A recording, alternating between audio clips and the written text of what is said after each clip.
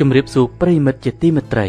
នៅក្នុងវីដេអូនេះខ្ញុំនឹងចែករំលែកពីអត្ថបទមួយដែលនិយាយអំពីរបៀបធ្វើការសម្រេចចិត្តដ៏ល្អឥតខ្ចោះក្នុងស្ថានភាពពិបាកដើម្បីធ្វើការសម្រេចចិត្តដ៏ល្អឥតខ្ចោះក្នុងស្ថានភាពពិបាកអ្នកអាចប្រើប្រាស់វិធីសាស្ត្រមួយចំនួនដូចខាងក្រោម 1. ប្រមូលព័ត៌មានឲ្យបានគ្រប់គ្រាន់មុននឹងធ្វើការសម្រេចចិត្តអ្នកគួរតែប្រមូលទិន្នន័យ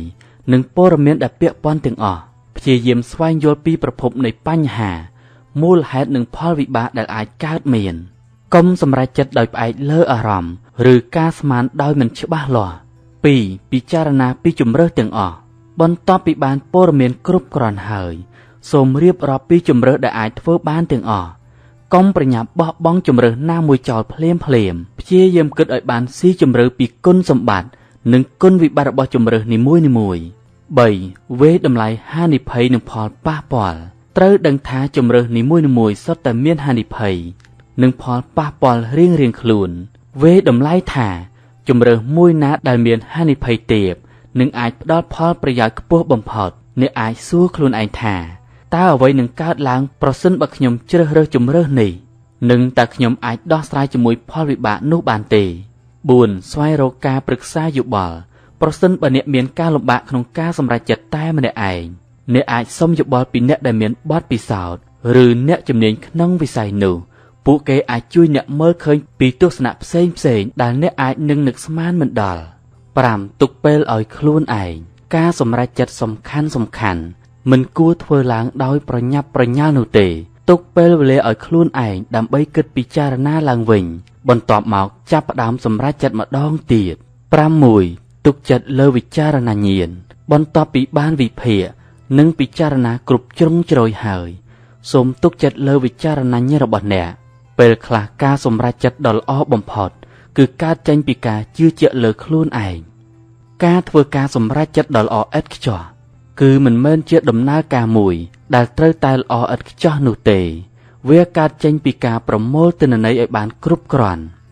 ការវិភាគដោយប្រុងប្រយ័ត្ននិងការវេតម្លៃដោយសមហេតុផលសំណួរសួរថាតើការសម្រេចចិត្តមានឥទ្ធិពលបែបណាសម្រាប់ជីវិតរបស់អ្នកការសម្រេចចិត្តមានឥទ្ធិពលយ៉ាងខ្លាំងទៅលើជីវិតរបស់អ្នកព្រោះវាជាកត្តាកំណត់ថាអ្នកជានរណានិងជីវិតរបស់អ្នកនឹងទៅជាបែបណាទៅថ្ងៃអនាគតរាល់ការសម្រេចចិត្តតូចឬធំទាំងអស់សុទ្ធតែកសាងផ្លូវជីវិតរបស់អ្នក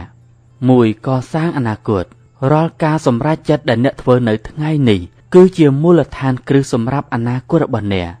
ឧទាហរណ៍ការសម្រេចចិត្តជ្រើសរើសមុខវិជ្ជាឬជំនាញសិក្សា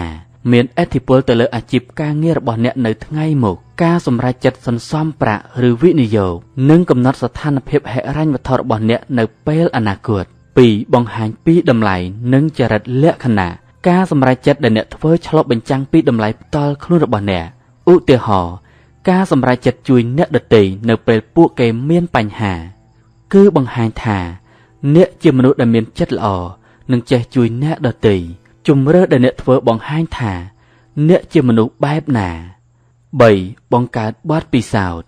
ជីវិតរបស់អ្នកគឺត្រូវបានបង្កើតឡើងពីបទពិសោធន៍ដែលកើតចេញពីការសម្រេចចិត្ត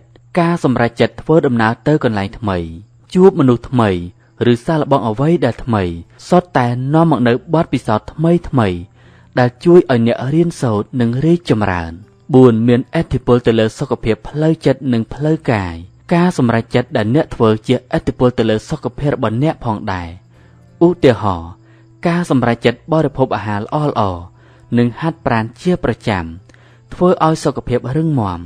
ផ្ទុយទៅវិញការសម្រេចចិត្តមិនល្អអាចនាំមកនូវផលប៉ះពាល់ដល់សុខភាពសេចក្តីសន្និដ្ឋានការសម្រេចចិត្តគឺជាផ្នែកមួយនៃជីវិតដែលមិនអាចជៀសវាងបានរាល់ថ្ងៃអ្នកតែងតែធ្វើការសម្រេចចិត្តរាប់មិនអស់ភាពជោគជ័យនិងសុភមង្គលក្នុងជីវិតគឺពឹងផ្អែកទៅលើគុណភាពនៃការសម្រេចចិត្តរបស់អ្នកដូច្នេះអ្នកគួរតែធ្វើការសម្រេចចិត្តដោយការគិតគូរនិងមានភាពក្លាហានអត្ថបទនេះសូមបញ្ចប់តែប៉ុណ្ណេះសូមអរគុណប្រិយមិត្តដែលចំណាយពេលវេលាដ៏មានតម្លៃតាមដានស្ដាប់អត្ថបទនេះតាំងពីដើមរហូតដល់ចប់ប្រសិនបើប្រិយមិត្តចង់ទទួលបានវីដេអូថ្មីបន្តទៀតសូមប្រិយមិត្តចុចពាក្យ Subscribe និងចុចសញ្ញាកណ្ដឹងដើម្បីទទួលបាន notification ពី Channel របស់យើងខ្ញុំនៅវីដេអូថ្មីៗជាបន្តបន្ទាប់ទៀតសូមអរគុណ